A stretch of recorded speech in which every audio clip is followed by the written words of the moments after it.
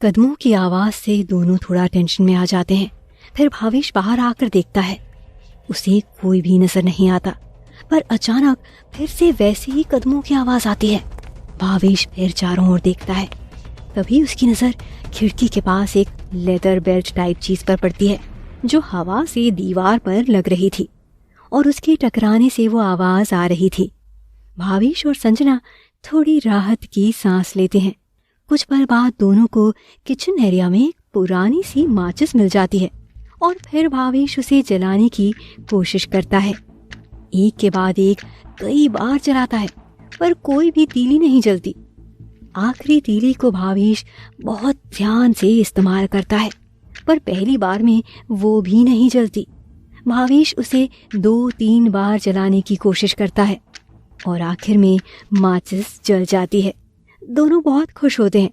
फिर उस तीली से लैंप को जला लेते हैं। लैंप के चलते ही हवेली के अंदर रोशनी हो जाती है और पहली नजर में तो वो हवेली बेहद भयानक नजर आती है। ऐसा लग रहा था जैसे वहां हजारों सालों से भूत प्रेत आत्माएं रह रही हों। हर तरफ काले काले हाथों के निशान, इंसानों के दीवार पर टंगे होने के निशान, फर्श पर इंसानों को घसीटने के निशान। पूरी हवेली में यही सब था। भावेश और संजना को ये सब देखकर थोड़ा डर लगने लगता है। भावेश फिर संजना से कहता है, संजना, मुझे यहाँ रुकना सही नहीं लग रहा है, हमें यहाँ से चलना चाहिए। संजना फिर भावेश के पास जाती है और उसका हाथ पकड़कर कहती है, मैं समझ रही हूँ भावेश कि तुम्हें थोड़ा डर लग रहा है, पर ये सब चीजें बहुत पुरानी हैं। हमें जानना चाहिए कि आखिर यहाँ है क्या। इस हवेली के अंदर कुछ तो ऐसा है जो मुझे उसकी ओर खींच रहा है।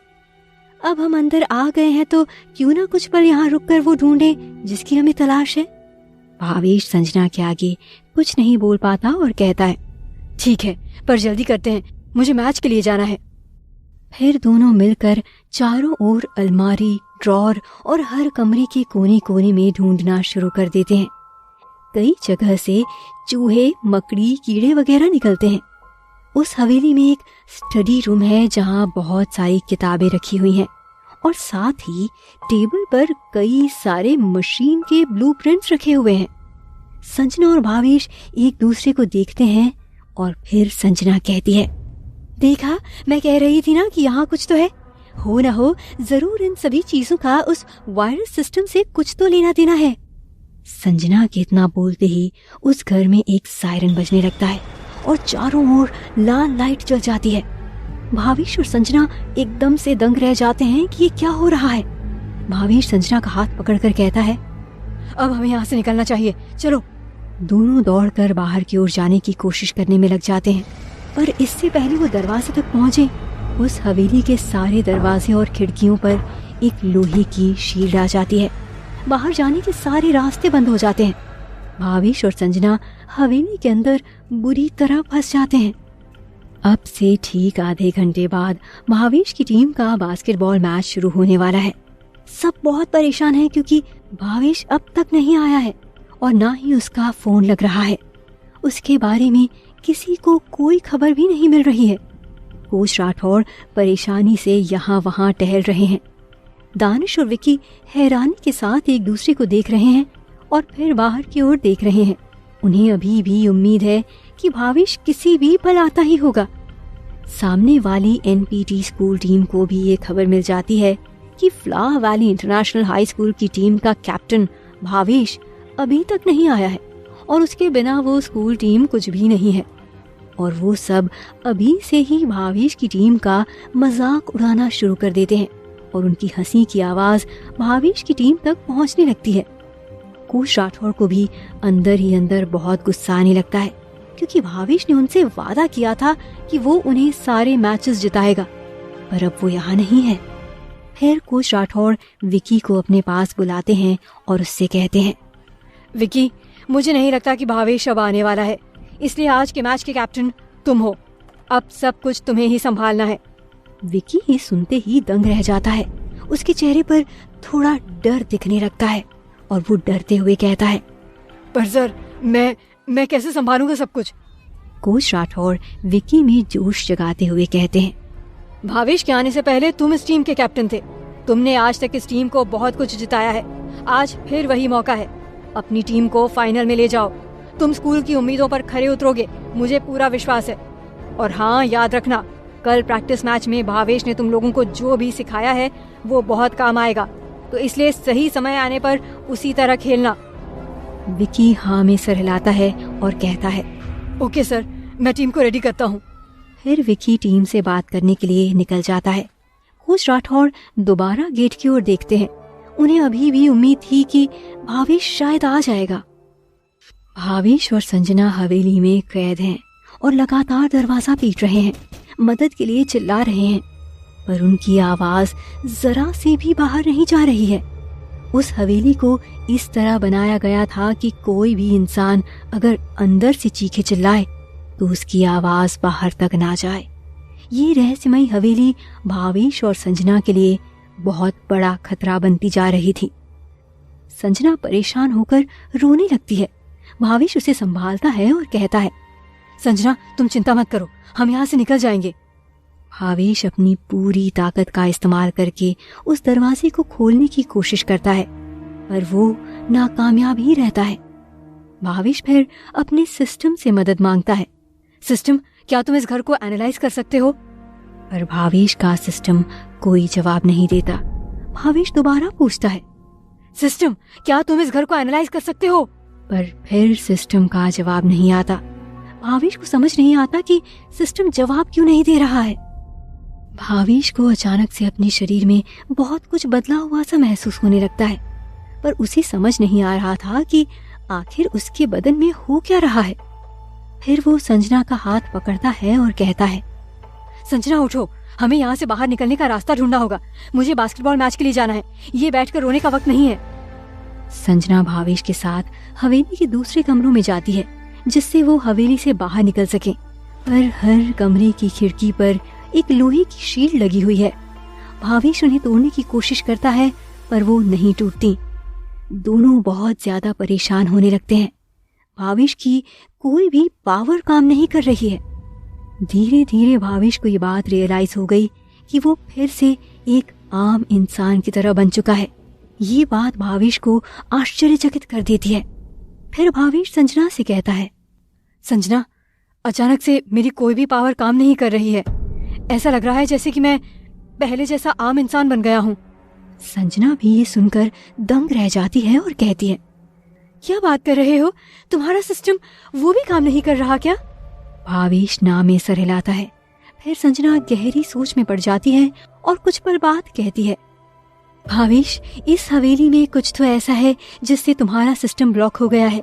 शायद हमें जिस चीज की तलाश है वो यहाँ मिल जाएगी। हमें उसे ढूंढना चाहिए। शायद वो मिल जाएगा तो बाहर जाने का रास्ता भी मिल जाएगा। भावेश कहता है, पर संजना, मेरे पास बिल्कुल भी टाइम नहीं है। मैच किसी भी वक्त शुरू होने वाला है। संजना भावेश से कहती है, भावेश, जब तक हमें बाहर जाने का रास्ता नहीं मिल जाता तब तक तुम वैसे भी यहाँ से नहीं जा पाओगे। हम यहाँ पूरी तरह फंस चुके हैं और पता नहीं यहाँ कौन सा खतरा हम पे मंडरा रहा होगा। दूसरी ओर बास्केटबॉल मैच लगभग शुरू ही होने वाला है। अब कोच राठौड़ और उनकी टीम की उम्मीदें एकदम खत्म हो जाती हैं। विक्की अपनी टीम के साथ मैच के लिए तैयार है। सामने की टीम और उनका कैप्टन ऋषभ भी मैच के लिए तैयार है। ऋषभ की कोई टीम पहली बार उस टूर्नामेंट में खेल रही है और पहली बार में ही वो सेमीफाइनल तक पहुंच गए। सभी का मानना है कि उनकी टैक्टिक्स बहुत स्ट्रांग है और उनका कोऑर्डिनेशन सुपर स्ट्रांग। उनके खेल को समझ पाना नामुमकिन है, क्योंकि वो हर मैच में एक अलग स्ट्रैटेजी के साथ आते हैं। उनके प्लेयर्स हर पोजीशन पर खेलने के लिए रेडी किए गए हैं, जिससे कोई ये न जान पाए कि वो अगले मैच में किस प्लेयर को कहाँ खिलाने वाले हैं। कोच राठौड़ इस बात से वाकिफ थे और उन्हें डर सता रहा था कि शायद आज वो ये मैच हार जाएंगे। भावेश के बिना एनपीटी टीम के आगे टिकना उनके लिए लगभग नामुमकिन था। भावेश और संजना पागलों की तरह पूरे जोश में उस हवेली को खंगाल रहे हैं।